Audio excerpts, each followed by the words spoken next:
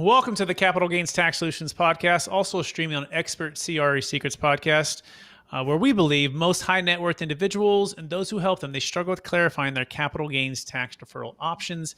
Not having a clear plan is the enemy, and using a proven tax deferral strategy, such as the deferred sales trust, is the best way for you to exit your business, real estate, or other highly appreciated asset. I'm your host, Brett Swartz. In each episode, I'm joined by some of the best real estate, financial, wealth, business, and sometimes SEO and leads minds in the world, where they share their ideas, deal stories, and inspiration. So together we can make complex tax deferral strategies simple and passive income plans achievable. I'm excited about our next guest. He's the founder of Think Big Marketing and also motivated-leads.com. And he strives to help small and mid-sized businesses keep up with their competitors through creative, customized SEO and social media services. He also has a passion for real estate and a passion for getting leads, and leads that can be online sourced, and so you can close more deals. So I'm excited to bring the show with me, Bryan Driscoll. Bryan, how you doing today? Hey, what's up, Brett? How you doing? Hey, better than I deserve. And you're calling it out of the great state of Pennsylvania. I'm here in California, and I'm excited to get to know you a little bit more and dive in. So with that being said, would you tell our listeners a little bit more about your story and your current focus? Yeah, sure. So I'm in Pittsburgh, Pennsylvania, father of three. I deal with, I'm a real estate investor. And then I also own a digital marketing company where we specialize in helping real estate, in other real estate investors nationally generate motivated seller leads, like distressed properties, stuff like that. So mainly we found I kind of did really well in the real estate investing here in Pittsburgh, and we're just sharing with other people trying to help them do the same thing in their city. Amazing. You can learn more about Bryan Driscoll at motivated-leads.com. That's motivated-leads.com. So we're going to dive into all things SEO and real estate investing on today's show.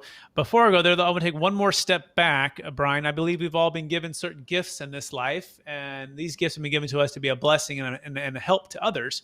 So I want you to go back to maybe your high school days or even your university days, and I want you to think about maybe one or two strengths that you believe you were given. And then once you kind of identified those, how does that help how you help people today? Yeah, you know what? One of my strengths, I would say, is probably just persistence. Like just getting beat up so many times, failing so many times, and then just continually getting back up and keep trying on stuff. So I think that helped get me where I am today. And also, you learn a lot through that whole process too. So I would say that's probably one of my top gifts, is just keep going, if that makes sense. Persistence, yeah. And then maybe you lead the folks that you coach and help out to keep going too and persist with their marketing efforts. So let's dive right into that. So what's the number one secret to achieving more leads in the real estate investment world? More so, better yet, motivated leads in the real estate investment world? Yeah, so I would say the number one thing that I see is being very direct with your copy. So say, for example, on Facebook ads, we would say, if you're looking for motivated seller leads, which motivated seller leads are distressed properties, things like that, people that want to sell their properties, they're willing to do it at a discount, but also they're willing to do that because they're going to get a cash convenient sale. So in the marketing side, we want to be very direct. Like I said, we buy houses. If you want to sell your house fast, we're cash home buyers. Walk people through the process. Don't make sure that they know the difference between a real estate agent and investor, and point them in those directions. And the main thing is just be direct, though. So have your whole brand and whole message follow the whole way through the funnel. Got it. So direct is the key. So clarity, cutting straight to what you're not, what you are, and what you are there for. Is that a fair summary? Exactly. Yep. Okay, excellent. So let's try to apply that a little bit here. So on your cool website, Motivate Leads, I'm clicking on it and it's saying we use Google and Facebook to generate more motivated seller leads for you. So tell us about that. How should people be using Google and Facebook, or how do you guys do that? Maybe that's the secret sauce, but walk us through your secrets there that you can. Yeah, sure. So we'll say Facebook for an example. Facebook has two different ways to run marketing. You can do Facebook lead forms, which is running ads directly on Facebook. Someone clicks the learn more button. Facebook automatically pops in their information, like the user's info, and then you're done. We found that usually gets a lot of leads for cheap, but they're low quality just because there was no intent behind them. A lot of people are confused, thinking it's a real estate agent, or if they're looking to rent houses just because they saw an ad with a house on it and they clicked it and it auto-populated. What we find works really well is to create a very direct ad saying like sell your house fast. People click that, it directs them to a website that also talks about, hey, what we can do for you. We can buy your house, we can pay cash, we can make it convenient, close quickly. And then you take them through a 2-step form. So first you want to capture their phone number, email, and like address. After you have that information, then you want to take and ask additional questions like how fast do you want to sell? What conditions of property and how much works it needs, stuff like that. And by the time people go through that process, number one, they know what you're offering and if you can help them, and it weeded out the people that are looking for something different. And also you can kind of tell they're semi-motivated too, because they went through the effort of filling out a 10 or 15 step form. Excellent. Okay. So instead of doing something that's maybe not as clear on a Facebook ad, which gets you places, people that maybe aren't your ideal quality client or motivated lead, you're making it more direct. Then they go to a form page, and then they're working themselves basically out of it if they're not staying in. And is that a fair summary? Yeah. And then on that note too, like say, for example, with being direct, things like that too, we're trying to pre-qualify people. Cause like I see a lot of people in the real estate industry are doing ads like get a free home evaluation, stuff like that. So you'll get a whole bunch of people contacting you, but you're not being direct with them on, hey, do you want to sell your house, stuff like that. They're looking to just find out, hey, how much is my house worth? So you're going to have a really high volume of leads, but a low close rate. Like a lot of people are just tire kicking, just curious, you know? Mm-hmm. Excellent. So by the way, do you find that like Facebook for residential single family homeowners selling versus like commercial multifamily, is it different worlds, different social platforms for different product types? A little bit. We have success with commercial, like actual commercial real estate on Facebook, plus also single families. Multis are in the middle. It's harder to target multifamily owners. But right now, especially, we're having a lot of success with commercial family or commercial properties too, just with the market right now. A lot of commercial people want to sell. And Facebook's audience, like every platform's different. So Google pay-per-click and Google have a different way of different intent, because people are typing into Google, hey, I want to sell my house or sell my house fast. So they're going by the keywords versus Facebook. We're just interrupting the stream and trying to target them based on behavior versus them what they type into Google, stuff like that.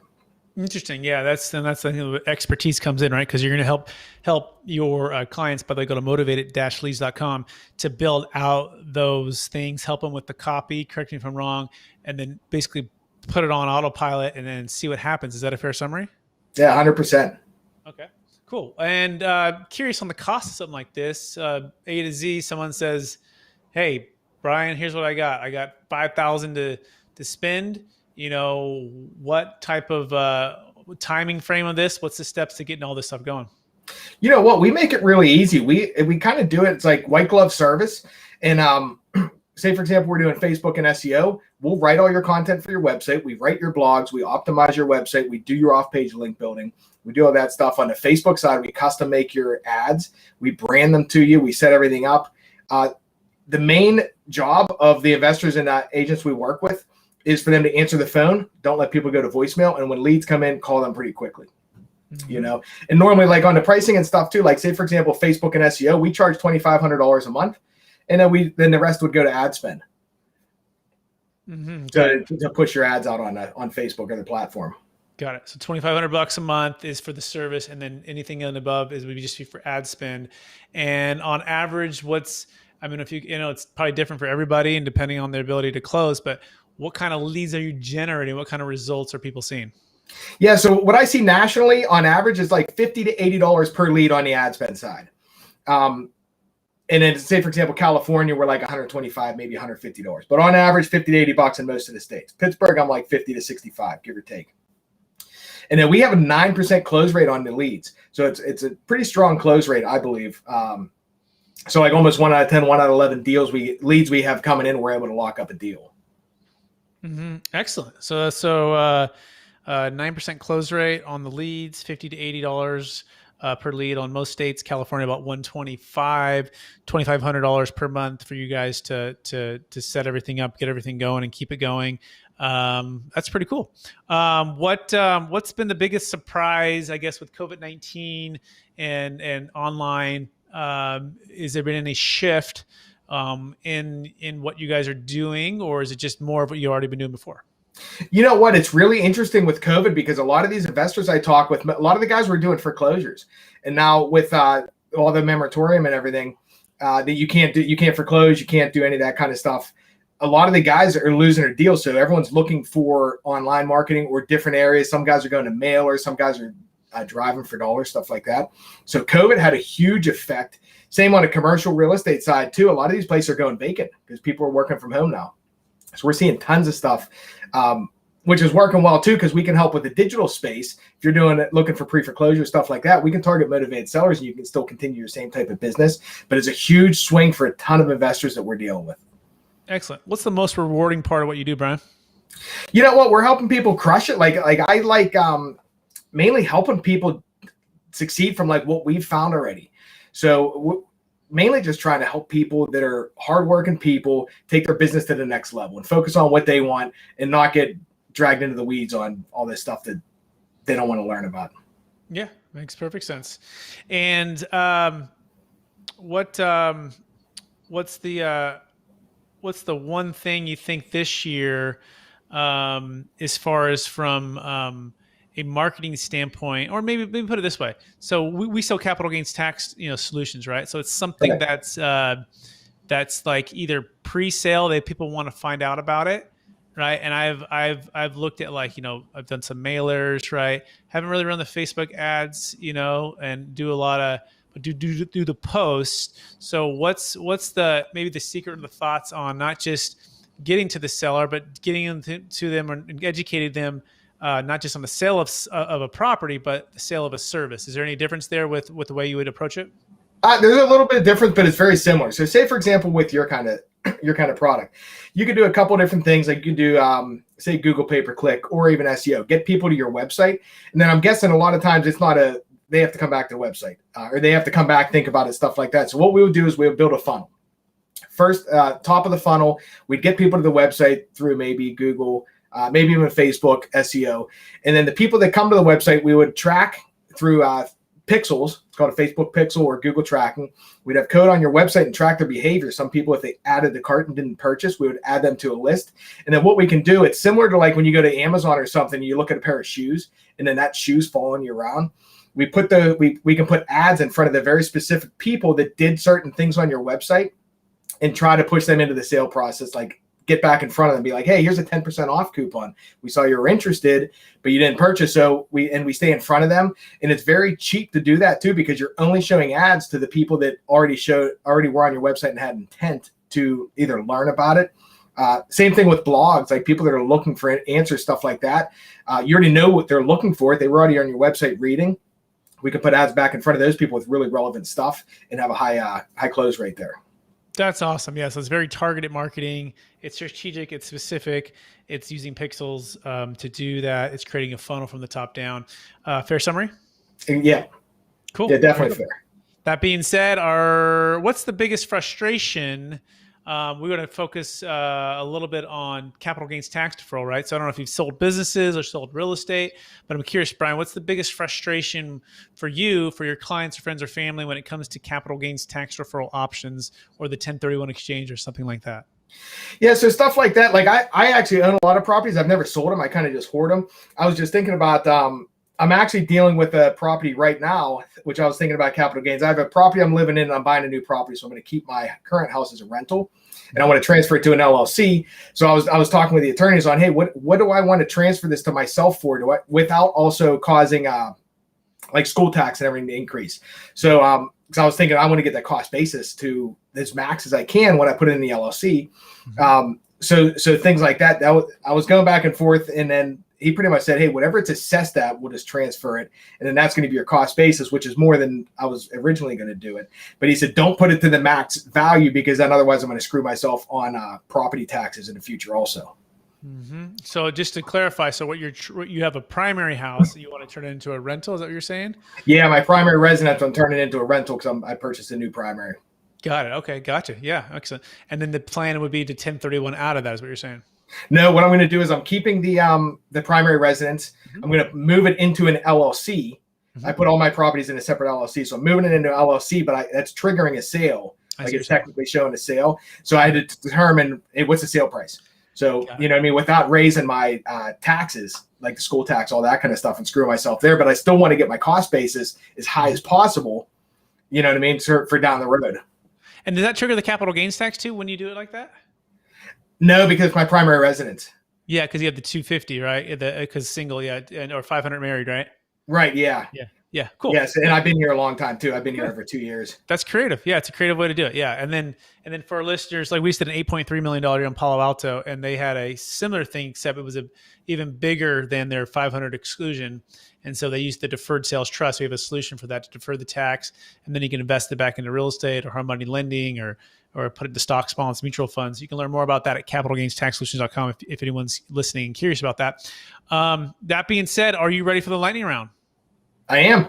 All right. Knowing what you know now, Bryan, if you go back to your 25-year-old self, what's the one golden nugget you would make sure to tell yourself to do? It would be don't drink. Yeah, just don't drink at all. Yeah, that would probably be the one thing I would tell myself. Yeah, I think that's smart. That's wise. Second question is this. The number one book you've gifted or recommended the most in the past year? Richest Man in Babylon. Third question.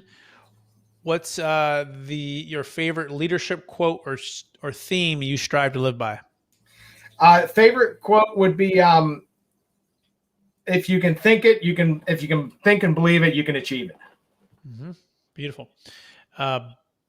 Biggest obstacle your business is currently facing? We're having growth that we're growing too fast and trying to deal with those kind of pains and creating the proper team. Mm-hmm. Excellent. Best real estate deal you ever did? Best real estate I ever did. I got a property for like 30 grand, put like 10 into it, and it's worth like 140.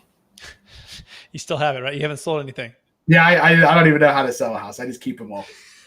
Hey, if you never sell and don't take on any debt or too much debt, then it's kind of like you just collecting the monopoly, pieces along the board, right? And it's kind of hard to lose financially. Yeah. Or do you think you're ever going to sell? You know what? I don't know, because like I don't see a benefit, because I have a problem, same as everybody else in the country, finding the deals. So what am I going to do with the cash? Like I can turn around and get rid of a property, and I just got a bunch of cash sitting there, and I need to find something else to put into it. And I just do real estate as a hobby too. I only do like 5 or 6 properties a year. Maybe I sell, but I don't see any reason why, because the properties I invest in AB neighborhoods, they're paying good rent. I get good tenants, and the properties are doubling, like they're going up like crazy. Yeah, we had a client of mine. I just listed a property, a $2.6 million multifamily, and we had the exact same conversation. They bought it like 10 years ago. And the reason they decided was what's called the return on equity, right? They said, okay, we bought it at 1.2 million. We own it free and clear now. It's now up to 2.6 million. And our rent is only about 3% cash on cash. Our return on equity is about 3%. Right. Based upon the $2.6 million value. So if we can capture that value at 2.6, even after the closing cost, they're going to move into a deferred sales trust. They didn't want to do a 1031 and overpay for a property, take on all this debt and overpay. They're going to put it on the sidelines, and they're going to wait. And then what's neat is we're going to put it into multifamily value add out of state, and where there's scale, meaning you can put small amounts into multiple projects, right, and then they can add value, right? Because yeah, you're right. The biggest challenge for people who are doing traditional 1031s, especially in their own city, is like, yeah, I'm great. I'm selling for 140, but then I'm buying for 240. It doesn't make any sense, right? Like it's crazy. I don't want to overpay. So the deferred sales trust, again, is another great option for folks. That being said, next question is this. What are you curious about right now? What am I curious about? I'm curious to see where technology goes. Like it's changing so fast. That's one of the things I'm curious. I'm constantly thinking and changing, like what's going to be happening, Yeah, exactly. Especially with the drones, and especially with COVID-19 just pouring fuel on a fire of technology and where we're going. There's a cool company called DZSI, and they're putting like 5G, for the whole world. They're trying, that's the goal, right? and just speeds of things, right? And everyone working from home and those type of things. So yeah, I'm with you. I'm with you on the technology. Last question, and then we'll let you go. After all your success, Bryan, and helping people with SEO and marketing and leads and buying real estate, all of those cool things, how do you stay centered in your values, and how do you stay encouraged to reach for new heights? Yeah, my family keeps me centered, and I always have that constant battle, like a lot of people do, on time management, making sure you're not working too much, stuff like that. I'm driven just because I like to set goals, and I like to set really big goals. So I'm always shooting for further than I even think I can achieve. But then also I figure too, when you succeed too, I think it's very important to give back. So like family, and then also say you make some money, you need to, there's a pull out for people that are less fortunate, stuff like that too. So I think kind of stuff like that kind of keeps me centered. And I don't know if I'm necessarily centered because I run super fast, but yeah, family's my biggest thing. Love it, Bryan. I appreciate you sharing part of your story and a part of your expertise, giving us some secrets on SEO and some thoughts on building some funnels. I want to encourage you to keep using the gifts and talents you've been given of perseverance and helping others to persevere, to create and preserve more wealth and serve more folks in the real estate world and other worlds. That being said, for our listeners who want to learn more about you or connect with you, Bryan, what's the best place one more time for them to find you? Yeah, just go to motivated-leads.com. You can fill out a form if you want to chat. Beautiful. And also for those who want to learn more about the Deferred Sales Trust, go to capitalgainstaxsolutions.com. We appreciate all of you again listening to the Capital Gains Tax Solutions podcast. As always, we believe most high net worth individuals and those who help them, they struggle with clarifying their capital gains tax deferral options. Not having a clear plan is the enemy, and using a proven tax deferral strategy such as the Deferred Sales Trust is the best way for you to exit your highly appreciated real estate, by the way, cryptocurrency or other highly appreciated asset, and defer the tax and build more wealth. Go to capitalgainstaxsolutions.com if you want to learn more about that. Please rate, review, subscribe.